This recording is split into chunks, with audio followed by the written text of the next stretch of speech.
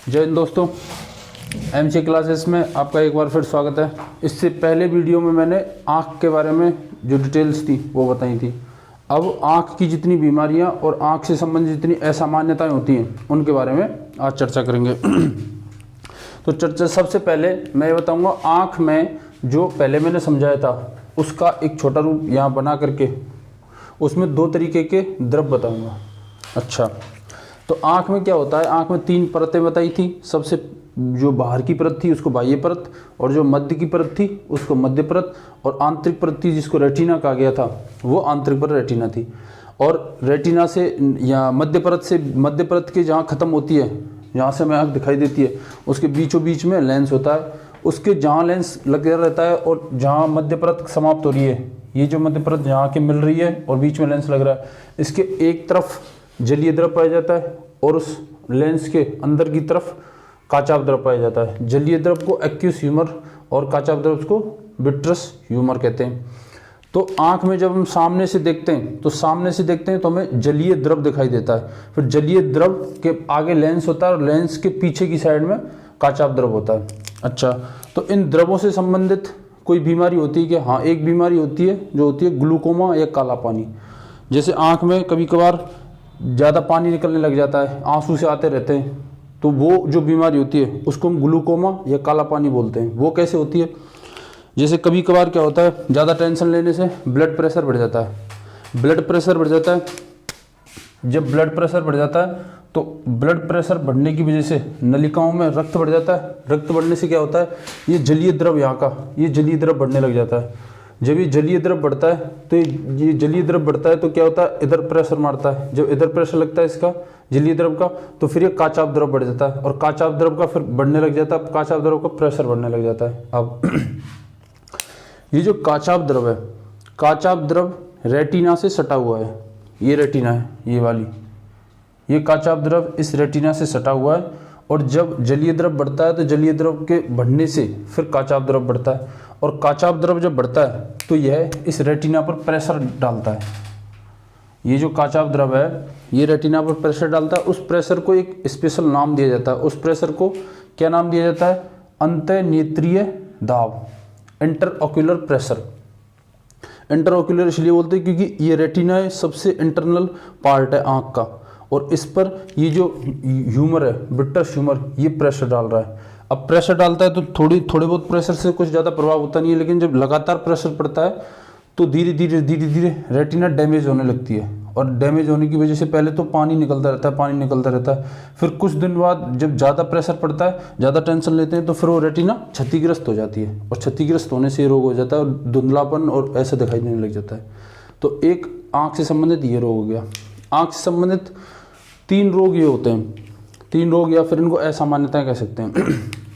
ये रोग कैसे होते हैं, देखो, सबसे पहला रोग निकट दृष्टि दोष। अब ये निकट दृष्टि दोष में क्या होता है, व्यक्ति को, इसमें सबसे पहले तो होता क्या है, जैसे ये रेटिना है, इस रेटिना पर प्रतिबिंब बनता है। कोई भी व्यक्ति जब कोई चित्र देखता है तो इस रेटिना पर प्रतिबिंब बनता है। अब यदि प्रतिबिंब इस रेटिना पर नहीं बनता है और इधर उधर बन जाता है तो ये तीनों दोष उत्पन्न होते हैं। जब कभी भी चित्र इस रेटिना पर ना बन करके इससे आगे या पहले या और कहीं बनता है तो वो ये दोष उत्पन्न होंगे। तो ये दोष कैसे उत्पन्न होंगे ये बता दिया कि रेटिना पर चित्र नहीं बनता है। अब होता क्या है, जब यहाँ से प्रकाश की किरण अंदर प्रवेश करती है, लेंस में होकर के प्रवेश करती है, लेंस में प्रवेश करके यहाँ पर इसको चित्र बनाना चाहिए रेटिना पर। अब इस निकट दृष्टि दोष में क्या होगा कि वो चित्र है वो बनना तो चाहिए इस जगह पर, इस रेटिना पर, लेकिन वो इससे पहले ही बन जाता है, यानी कि लगभग यहाँ कहीं ना कहीं वो चित्र बन जाता है। ये वाला चित्र बन गया, मान के चलो ये इस रेटिना से पहले चित्र बन गया। जब कभी भी रेटिना से पहले चित्र बन जाएगा तो उसको बोलेंगे हम निकट दृष्टि दोष, या फिर मायोपिया, इंग्लिश में मायोपिया बोलते हैं। अब इसमें होगा क्या, रेटिना से अगर पहले का भी चित्र बन गया तो जो निकट की वस्तु है, जो पास की वस्तु है, वो तो हमें एकदम क्लियर दिखाई देंगी, और जो दूर की वस्तु है उन्हें ब्लर आने लग जाएगा, यानी कि धुंधलापन आने लग जाएगा। अब ये धुंधलापन आने लग जाएगा तो फिर इसका क्या इलाज है, इसके इलाज के लिए जो चश्मा बताया जाता है, उस चश्मे में जो लेंस होता है वो अवतल लेंस लगाया जाता है। और अवतल लेंस में भी कभी कभार क्वेश्चन में माइनस और प्लस पूछा जाता है, तो अवतल लेंस के अंदर माइनस होता है। माइनस में क्या होता है फिर माइनस कर करके इस चित्र को इस प्रकार एडजस्ट किया जाता है कि ये चित्र इस रेटिना पर बने, इस जगह पर बने, और यहाँ पर अगर प्रतिबिंब बनेगा तब ही हमारी आंख से हम किसी चीज़ को देख पाएंगे। पहला तो ये हो गया, पहला निकट दृष्टि दोष। दूसरा जो दोष होता है वो होता है दूरदृष्टि दोष। दूरदृष्टि दोष के अंदर क्या होता है, वही रेटिना पर प्रतिबिंब बनना चाहिए लेकिन रेटिना पर नहीं बन रहा है, तो फिर दूर में कैसे बन रहा है कि दूर में पहले ना बन करके इसके पीछे बनता है, रेटिना की जो परत है इसके पीछे चित्र बनता है, यानी कि इसको क्रॉस कर जाता है। प्रकाश की किरण जो यहाँ से प्रवेश करती है वो चित्र तो उसको इस रेटिना पर बनाना चाहिए लेकिन बना कर रही है इसके पीछे। जब इसके पीछे बनाती है तो एक दोष उत्पन्न होता है और उस दोष का नाम है दूरदृष्टि दोष, यानी कि हाइपरमेट्रोपिया। और जब मेट्रो में कोई आदमी बैठ के जाएगा तो वो दूर हो जाएगा, और दूर से इसी तरह इसको याद कर सकते हैं। अब इसमें क्या होता है दूरदृष्टि दोष में, इसमें ये होता है कि दूर की जो वस्तुएं वो तो एकदम क्लियर दिखाई देंगी, यानी कि जब चित्र यहाँ बन रहा है तो रेटिना बीच में तो कहीं ना कहीं आ ही रही है, तो बीच में कहीं आ रही है, जो दूर की चीज़ें वो तो साफ दिखाई देने लग जाएंगी। लेकिन नज़दीक की जो चीज़ें, नज़दीक की कोई यहीं की चीज़ रखी है वो प्रकाश की किरण से टकरा करके आँख को प्रवेश कर रही है तो नज़दीक की चीज़ साफ दिखाई नहीं देगी। अब नज़दीक की चीज़ साफ नहीं दिखाई नहीं देगी तो इसके लिए फिर इलाज क्या है इसका इलाज है कि इसके लिए उत्तल लेंस के चश्मे बताए जाते हैं, और उत्तल लेंस में भी प्लस के, यानी कि उसको प्लस कर करके उसको इस जगह पर रोका जाता है। इसको तो हम पास ला रहे थे जबकि इसको आगे नहीं बने, इस वजह से प्लस कर करके इसको यहाँ पर रोक रहे थे कि चित्र रेटिना पर बने। तो दूरदृष्टि दोष में जो चित्र है वो चित्र रेटिना के पीछे बन रहा था और उसके इलाज के लिए हमने उत्तल लेंस लगाया पॉजिटिव में। तीसरा दोष, तीसरे दोष में क्या होता है कि चित्र ही नहीं बनता है, ना तो रेटिना से पहले और ना रेटिना के बाद में। इसको बोलते हैं जरा दृष्टि दोष या फिर प्रेस बायोपिया। अब इस प्रेस बायोपिया में क्या होगा, इसमें प्रतिबिंब का निर्माण ही नहीं हो पाता है। ज़्यादातर जो वृद्धावस्था होती है उस वृद्धावस्था में ये जो जरा दृष्टि दोष है इसके उत्पन्न होने की संभावना ज़्यादा होती है। अब इस जरा दृष्टि दोष में फिर इसका इलाज क्या किया जाए, इसके इलाज के लिए ऐसा लेंस लगाया जाता है जिसमें प्लस भी हो और माइनस भी हो, यानी कि उस चित्र को वो कहीं भी बन रहा हो, चाहे वो पहले बन रहा हो और चाहे वो पीछे बन रहा हो, उस चित्र को एडजस्ट करना है। उस चित्र को एडजस्ट कैसे करना है, कोई चित्र यहाँ पहले बन रहा हो लेकिन वहाँ भी धुंधला बन रहा हो, या फिर यहाँ बन रहा हो वहाँ भी धुंधला बन रहा हो, इन दोनों को एडजस्ट करना है। इसके लिए माइनस और प्लस दोनों को कंबाइंड कर देंगे एक साथ में, कंबाइंड करके फिर यहाँ लेंस सेट करेंगे। इस जगह लेंस इस जगह पे सेट होता है, यहाँ लेंस सेट करेंगे। अब उस जगह पे लेंस सेट करके फिर क्या करेंगे, उस लेंस से फिर प्रकाश की किरण अंदर जाएगी। जब प्रकाश की किरण अंदर जाएगी तो फिर वो दोनों को एडजस्ट कर देगी। अगर दूर का सही नहीं दिख रहा तो दूर वाला इसको कर देगा, दूरदृष्टि दोष में प्लस वाला सही कर देगा, और नज़दीक का सही नहीं दिख रहा तो माइनस वाला सही कर देगा। तो इसका जो लेंस आता है उस लेंस का नाम होता है द्विफोकसीय लेंस, या फिर इसको बोलते हैं बेलनाकार लेंस। तो जरा दृष्टि दोष में जो चश्मा लगाया जाता है वो कौन से लेंस का लगाया जाता है, द्विफोकसीय लेंस या फिर बेलनाकार लेंस का। अच्छा, तो ये हो गए इसके 3 दोष, आँख के 3 दोष हो गए और एक ग्लूकोमा का पानी हो गया। इसके अलावा इसकी 2 कुछ सामान्य बीमारियां और 2 से 3 कुछ सामान्य बीमारियां और होती हैं। तो ये आँख से संबंधित 3 बीमारियां जो बच रही हैं इनके बारे में बताते हैं। सबसे पहले रतौंधी, ये सामान्य तौर पर होती है बीमारी और एग्जाम में सबसे ज़्यादा पूछी जाती है। अब ये रतौंधी होती कैसे है, रतौंधी आँख से संबंधित ऐसी बीमारी है जो हमारे खान-पान से संबंधित होती है। अब खान-पान से संबंधित देखिए, रतौंधी को इंग्लिश में बोलते हैं नाइट ब्लाइंडनेस। हमारी आँख में मैंने बताया था कि 3 परतें होती हैं, उन परतों में पहली परत बाह्य परत, दूसरी मध्य परत और सबसे आंतरिक जो परत होती है उसको रेटिना कहा जाता है। अब जो रेटिना होती है, रेटिना खुद 10 परतों से मिलकर के बनी होती है। रेटिना की जो सबसे ऊपर की परत है उसको, जो रेटिना की सबसे ऊपर की परत है वह शंकु और शलाका 2 चीज़ों से मिलकर के बनी होती है। अब शंकु और शलाका का इस रतौंधी से क्या संबंध है, इसमें शंकु हमें किसी चीज़ को देखने में दिन में हमें किसी चीज़ को देखने में, उजाले में किसी चीज़ को देखने में, उसके साथ साथ हमें रंगों को पहचानने में काम आता है। वहीं सलाका हमें रात में देखने में काम आती है। रतौंधी मतलब रात में अंधा, जो व्यक्ति रात में देख नहीं पाता है उसकी जो बीमारी होगी वो रतौंधी की बीमारी होगी। अब उसके लिए आँख में उसकी रेटिना है, रेटिना की जो सबसे बाह्य परत है, मैंने पिछली वीडियो में ये सब कुछ बता दिया कि रेटिना क्या है और आँख की 3 परतें कौन कौन सी हैं और उसमें बाह्य परत कौन सी है। तो पिछली वीडियो से आपको समझ में आ जाएगा मैं किस चीज़ की बात कर रहा हूँ। सलाका बनी होती है रोडोप्सिन से। सलाका के अंदर एक नई पदार्थ पाया जाता है जिसको रोडोप्सिन कहा जाता है। रोडोप्सिन आगे चल के भी किन्हीं चीज़ों से मिलकर बनी होती है, लेकिन हमें उस डिटेल में नहीं जाना, हमें रोडोप्सिन ध्यान रखना है। रोडोप्सिन निर्माण के लिए विटामिन ए ज़रूरी होता है, और विटामिन ए कहाँ से मिलता है? हमारे खानपान से। और खानपान में ऐसी क्या चीज़ हैं जो विटामिन ए की पूर्ति कर देंगी? जो है दूध, गाजर और अंडा। अब इन 3 चीज़ों के सेवन से क्या होगा? विटामिन ए की पूर्ति हो जाएगी। और अगर विटामिन ए मिल गई तो रोडोप्सिन बन जाएगी, और रोडोप्सिन बन गई तो सलाका काम करने लग जाएगी, और सलाका काम करने लग गई तो हमारे नाइट ब्लाइंडनेस खत्म हो जाएगा। तो इसका सीधा संबंध ये है कि रतौंधी रोग जो होता है वो विटामिन ए की कमी से होता है। ठीक है, यहाँ तक समझ में आ गया। और विटामिन ए के लिए हमें किस चीज़ का सेवन करना चाहिए? दूध, अंडा और गाजर। ये विटामिन ए के लिए सबसे महत्वपूर्ण चीज़ होती है। इनसे हम रतौंधी रोग को दूर कर सकते हैं। दूसरी, उसी रेटिना में जो बाह्य परत है जिसका नाम है शंकु, जो शंकु से मिलकर बनी होती है, वह शंकु किस काम आती है? मैंने अभी बताया, उजाले में देखने और रंगों को पहचानने में काम आती है।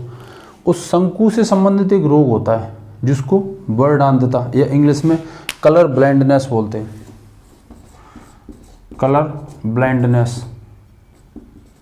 अब इस कलर ब्लाइंडनेस की फोर्स की नौकरियों में सबसे ज़्यादा इसका महत्व होता है। क्यों होता है इसका महत्व फोर्स की नौकरियों में? वहाँ पर इसलिए होता है क्योंकि हमारे आँख में 3 प्रकार के रंगाकण होते हैं। रंगाकण तो वी मैंने पहले बताए, जो वो आइरिस होते हैं जो कि हमारे आँख के रंग का निर्धारण करते हैं। इसके अलावा हमारे जो आँख के अंदर एक ऐसी चीज़ होती है जो शंकु होता है। शंकु के अंदर 3 ऐसी चीज़ होती है जो रंगों को पहचानने में काम आती है, और वो 3 ही रंग होते हैं जिसमें से RGB उनको बोलते हैं, रेड, ग्रीन और ब्लू। अब जो लाल और हरे रंग के शंकु हैं, ये हैं शंकु क्या करते हैं? रंगों को पहचानने में काम आते हैं। शंकु का मेन काम क्या है? रंगों को पहचानना। अब जो लाल और हरे रंग वाले जो शंकु हैं उनमें क्या हो जाता है? म्यूटेशन हो जाता है। म्यूटेशन मतलब उत्परिवर्तन हो जाता है। उत्परिवर्तन कैसे भी हो सकता है? जैसे आजकल 5G चल रहा है, तो 5G से जो तरंगें आती हैं उनसे आजकल बहुत ज़्यादा कैंसर की समस्याएं उत्पन्न हो रही हैं। ऐसे ही पराबैंगनी विकिरणों से या फिर किसी भी विकिरणों से हमारी जीन में परिवर्तन हो जाता है। आँख की जो शंकु वाली जीन है जो लाल और हरे शंकु बनाती है और लाल और हरे कलर को पहचानने में काम आती है, उस जीन का उत्परिवर्तन हो जाता है। उत्परिवर्तन मतलब वो खत्म हो जाती है। अब वो जीन ही खत्म हो गई तो फिर रंग तो बनेंगे नहीं, और रंग जब बनेंगे ही नहीं तो आँख फिर हमारी उस लाल और हरे रंग को पहचान नहीं पाएगी। अब जब लाल आँख और हरे रंग को नहीं पहचान पाएगी तो ऐसे लोगों को फोर्स में नहीं लिया जाता है। तो फिर इसका इलाज क्या होता है? इसका इलाज होता है जीन थेरेपी, यानी कि उस जीन को उसमें डाला जाता है और तब जाकर उसको रंगों को वो पहचान सकता है। अब फोर्स में हो या किसी में हो, मान के चलो उसको लाल रंग नहीं दिख रहा और वो रोड पे चल रहा है और आगे रेड लाइट हो रही है और उसको दिख ही नहीं आ रहा, वो चलते जा रहा है, तो इसलिए उनको ऐसी चीज़ों में नहीं लिया जाता है।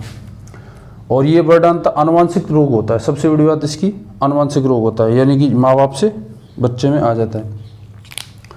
तो जो सलाकार शंकु होती हैं रेटिना के ऊपर 2 परत, उनसे संबंधित 2 रोग होते हैं, एक तो रतौंधी और एक वर्णांधता। इसके बाद में दूसरा हमारा आँख से संबंधित रोग है जिसका नाम है मोतियाबिंद, जिसको इंग्लिश में कैटरेक्ट बोलते हैं। अब ये मोतियाबिंद कैसे होता है?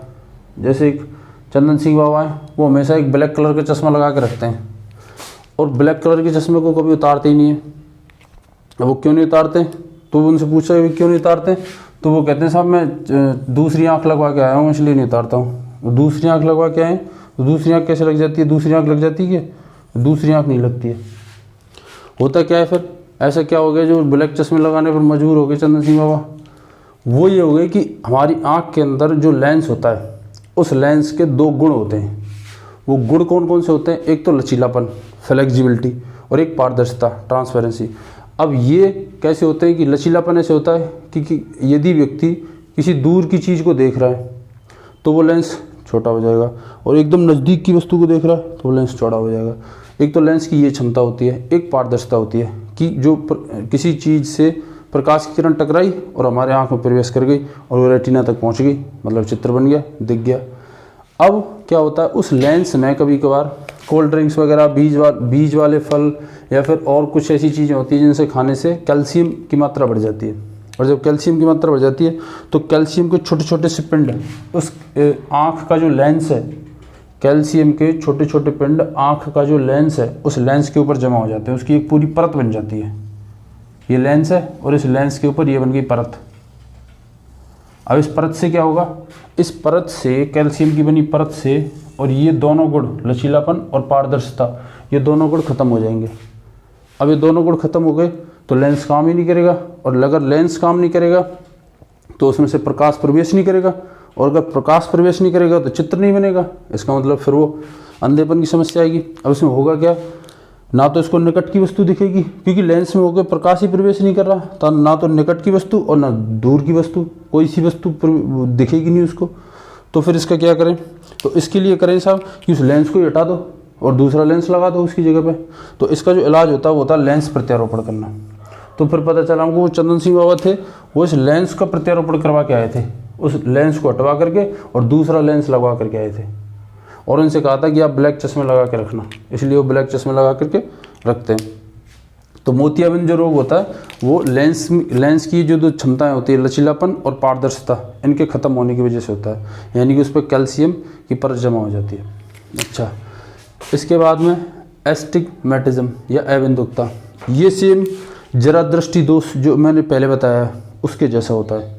इसमें क्या होता है कि प्रतिबिंब का निर्माण किसी निश्चित जगह पर नहीं होता, कभी कहीं हो जाता है। उसमें प्रतिबिंब का निर्माण हो ही नहीं पा रहा था, कभी कुछ हो रहा था, कभी आगे बन रहा था, कभी पीछे बन रहा था। इसका निर्माण क्या हो रहा है कि कभी यहाँ दिख रहा है प्रतिबिंब, कभी यहाँ दिख रहा है, कभी यहाँ दिख रहा है, कभी दिख ही नहीं रहा। ये वाली जो समस्याएं होती हैं, यानी कि प्रतिबिंब इधर उधर बन रहा है, तो उसको फिर एक संकेंद्रित करने की आवश्यकता है कि उस प्रतिबिंब को, जो यूँ प्रतिबिंब फैलता जा रहा है, उसको किसी बेलनाकार लेंस में इकट्ठा करने की ज़रूरत होती है। तो इस रोग को बोलते हैं एस्टिग्मेटिज्म या अबिंदुकता। इसमें प्रतिबिंब निर्माण होता है वो एक निश्चित स्थान पर नहीं होता है। तो अब निश्चित स्थान पर करने के लिए क्या करें, एक बेलनाकार लेंस लगाओ और बेलनाकार लेंस में वो संकेंद्रित हो जाएगा और इसका इलाज हो जाएगा, और उसका जो प्रतिबिंब है वो एक ही स्थान पर बनेगा। तो इस तरीके से आँख से संबंधित जितने रोग हैं और आँख के बारे में हमने सारी जानकारियाँ इकट्ठी कर ली और बता दी। इनसे बाहर किसी कंपटीशन एग्जाम में पूछने की संभावना बिल्कुल ही नहीं बनती है। इसके अलावा कुछ 2-3 चीज़ें और फैक्चुअल होती हैं,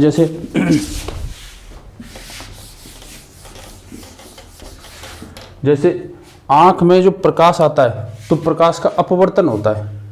जब आँख में प्रकाश आता है प्रकाश का अपवर्तन होता है। अपवर्तन और परावर्तन में क्या फ़र्क होता है, परावर्तन में प्रकाश टकरा करके लौटता है, जबकि अपवर्तन में प्रकाश आगे अंदर प्रवेश कर जाता है।